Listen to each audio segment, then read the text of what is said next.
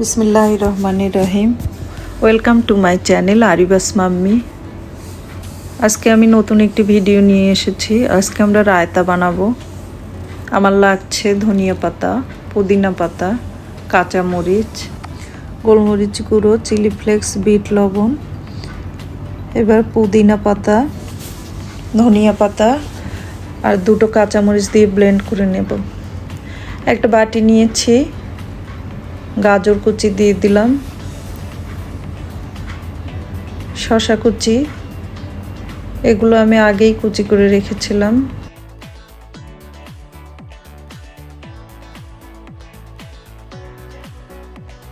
এবার ব্লেন্ড করা ধনিয়া পাতা আর পুদিনা পাতা দিয়ে দিলাম,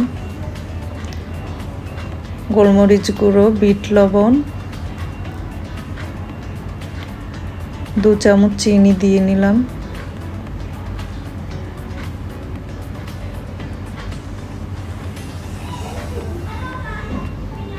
এবার ভালোভাবে মিশিয়ে নেব। হাফ কাপ টক দই, টক দইটা আমি পানি ঝরিয়ে নিয়েছি।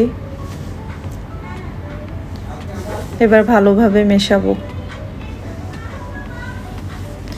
এটা আমাদের শরীরের জন্য অনেক উপকারী। এবারে চিলি ফ্লেক্স দিয়ে দিলাম।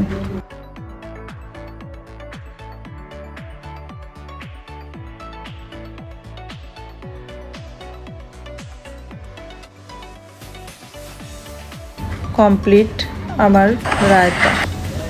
আমার চ্যানেলটি যদি ভালো লেগে থাকে তাহলে লাইক, কমেন্ট, শেয়ার দিয়ে পাশে থাকবেন।